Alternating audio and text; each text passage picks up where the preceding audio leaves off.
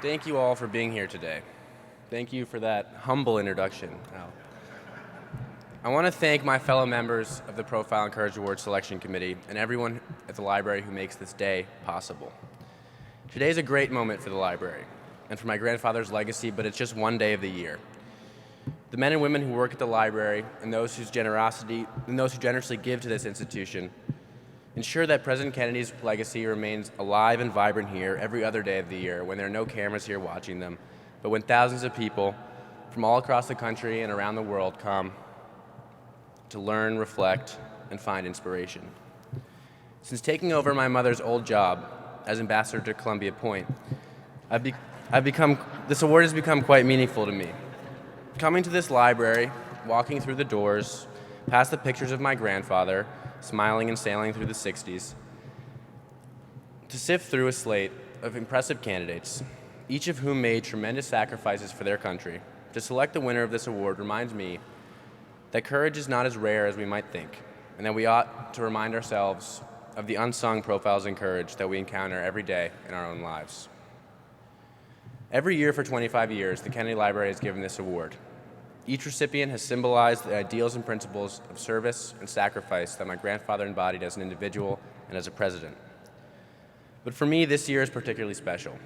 I come to the library in a curious moment in my own life. If I pass my last exam on Tuesday morning, which is far from a safe bet, I will have completed my studies and I'll graduate later this month.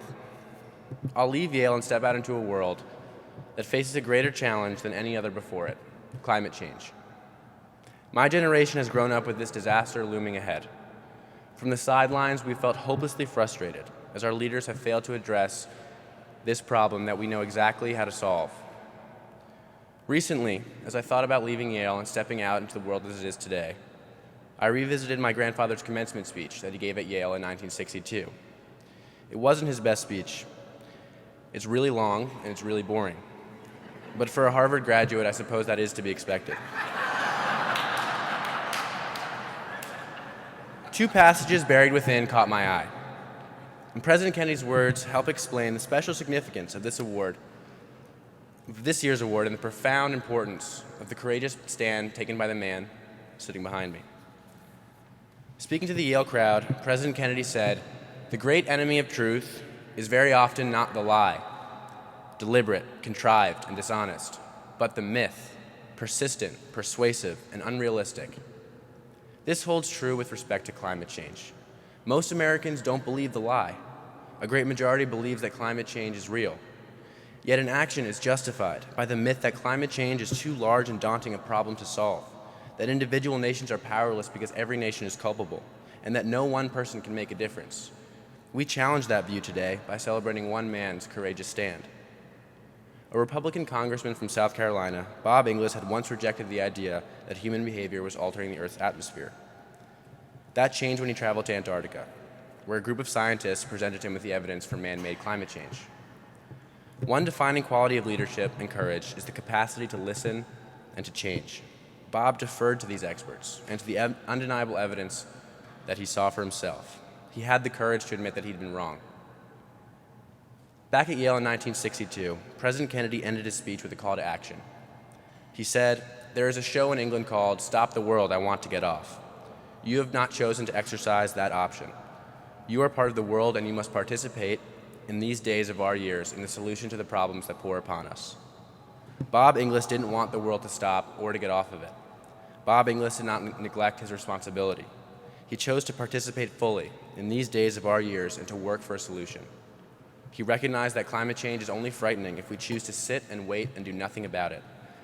He saw it as an opportunity for all of us to add a chapter to the story of American triumph and human progress. He went back to Washington and broke with his party when he publicly stated that climate change is real and America needs to do something about it. He proposed aggressive reforms, even though he knew that he would enrage his colleagues, his base, and special interests, but he summoned the courage to push ahead. For Bob, the truth certainly was inconvenient. In response for his stance on climate change, his party recruited a Tea Party candidate to challenge him in 2010 and drove him out of office. But this defeat didn't discourage Bob. He continued to fight for sweeping federal action on climate change, devoting himself to the Energy and Enterprise Initiative and working tirelessly to advocate for responsible reforms. Bob Inglis defines President Kennedy's vision of a profile in courage. My grandfather's legacy is kept alive by Bob's courageous decision to sacrifice his political career to demand action on the issue that will shape life on Earth for generations to come.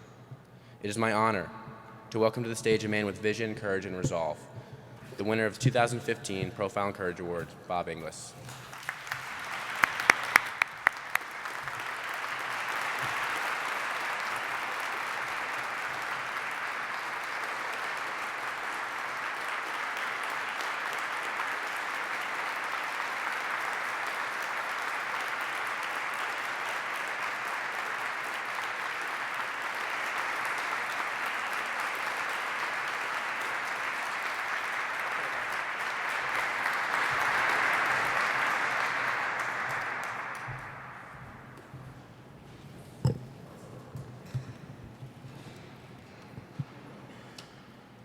Thank you, Jack, for saying all those nice things.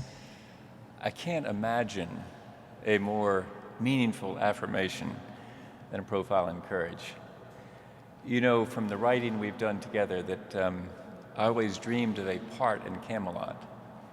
So to be here with you and in this place with the memories of a young American president on whom this country pinned so many hopes is an amazing thing.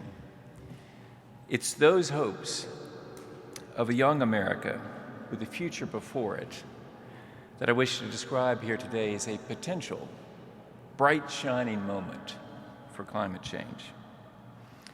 On September 12, 1962, President Kennedy spoke at Rice University. Congress had approved his moonshot, and he was in Houston to inspect the progress at Apollo Mission Control.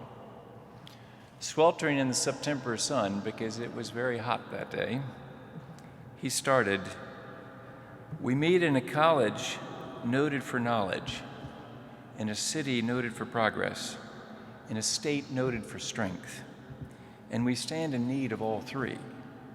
For we meet in an hour of change and challenge, in a decade of hope and fear, in an age of both knowledge and ignorance.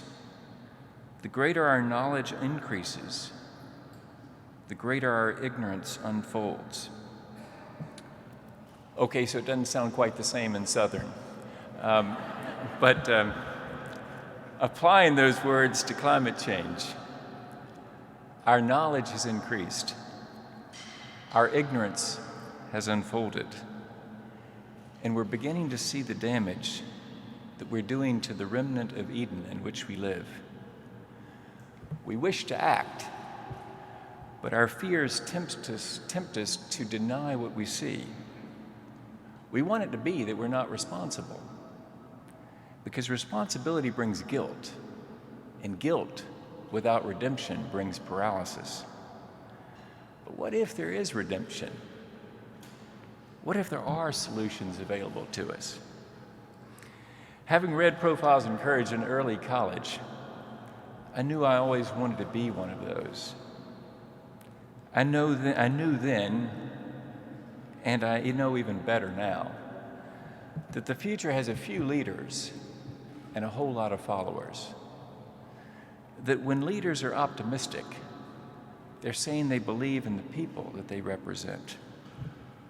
President Kennedy believed in us at Rice.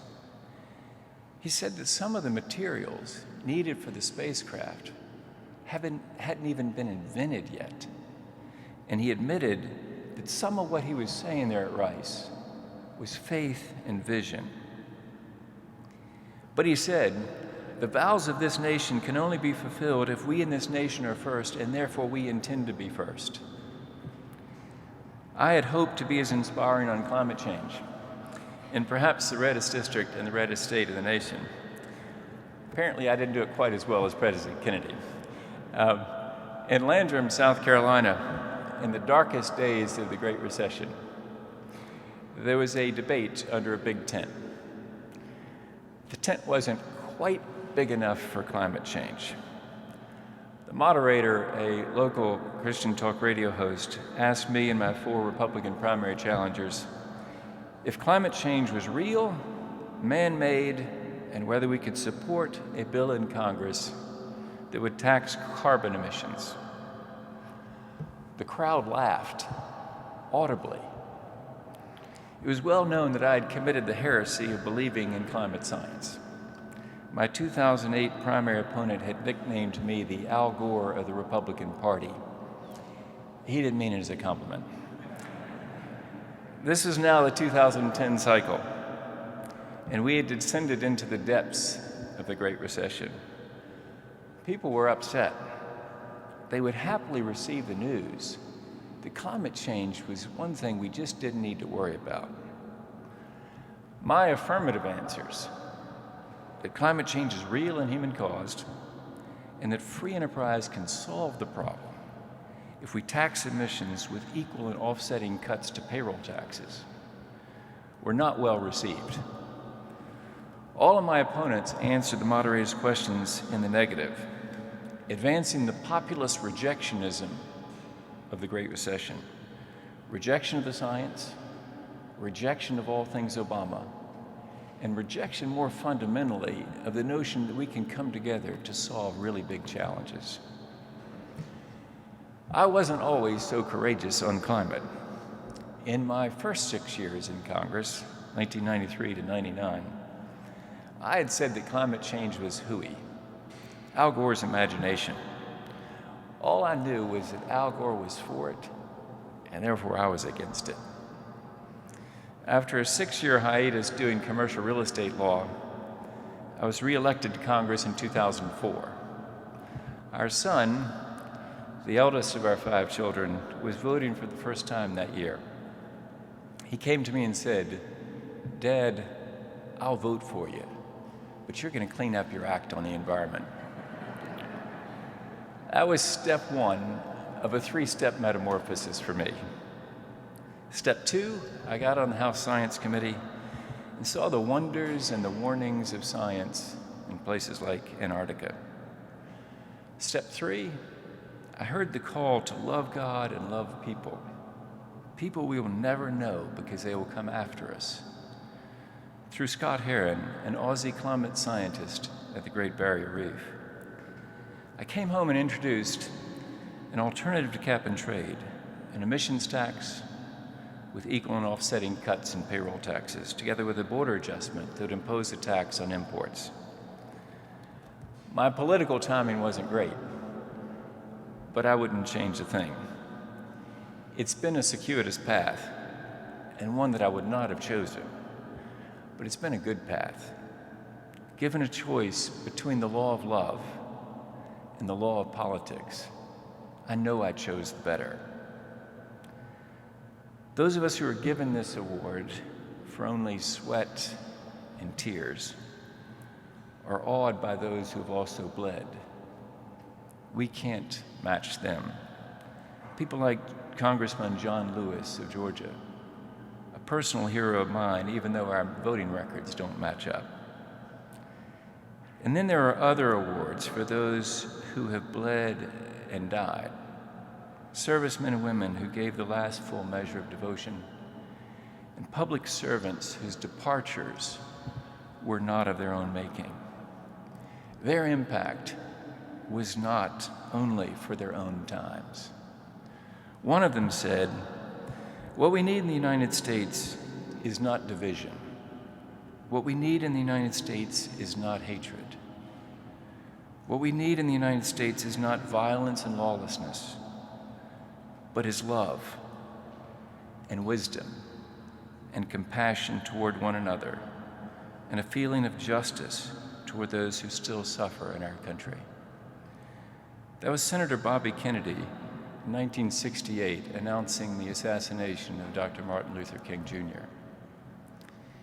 If we succeed on climate change, if we apply love and wisdom and compassion, our impact will be like his and President Kennedy's, not only for our own times.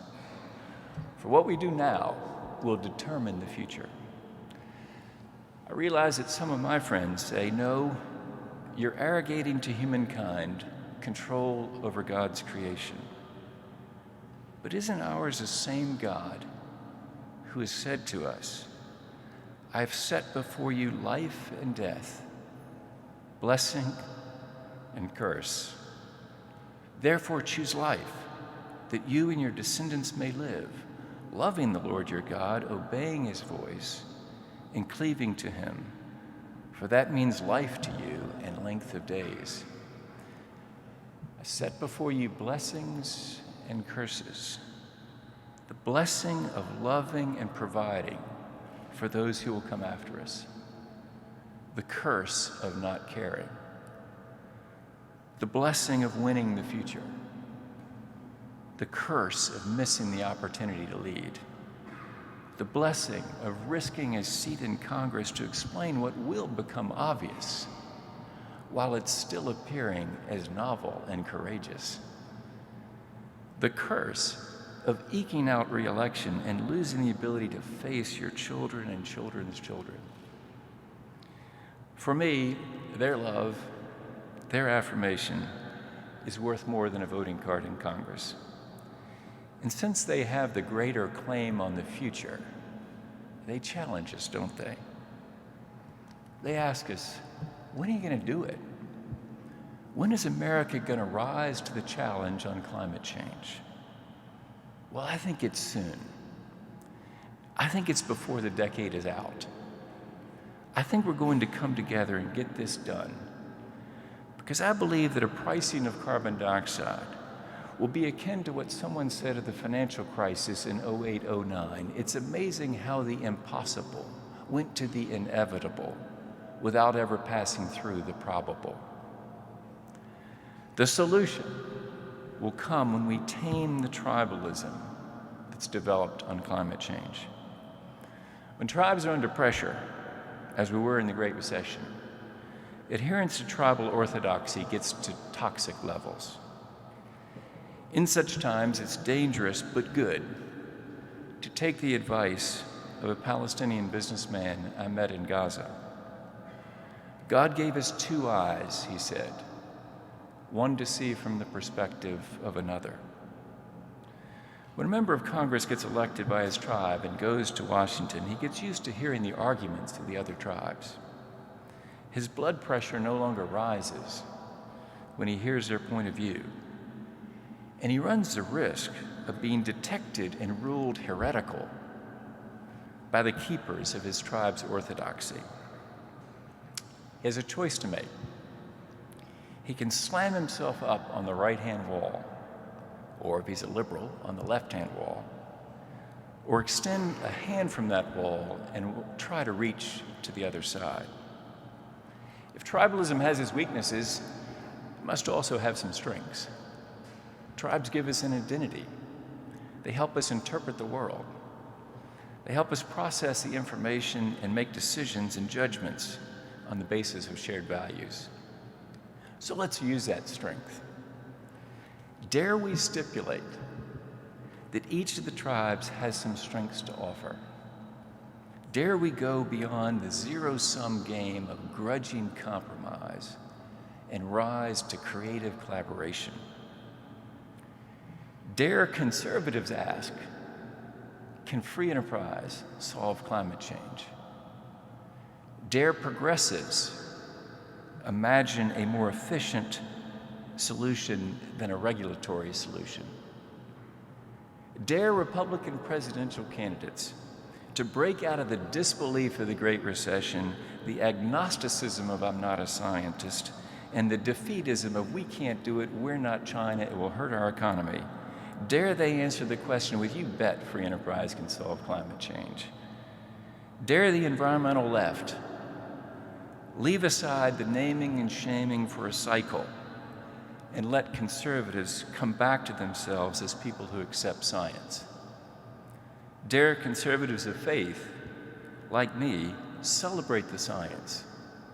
Dare we believe that our faith is affirmed by science, not challenged by it? To quote a very underquoted line from President Kennedy's speech at Rice, I think we're going to do it. The impossible will become the inevitable without ever passing through the probable.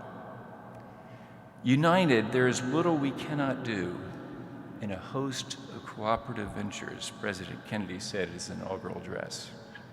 Divided, he said, there's little we can do, for we dare not meet a powerful challenge at odds and split asunder.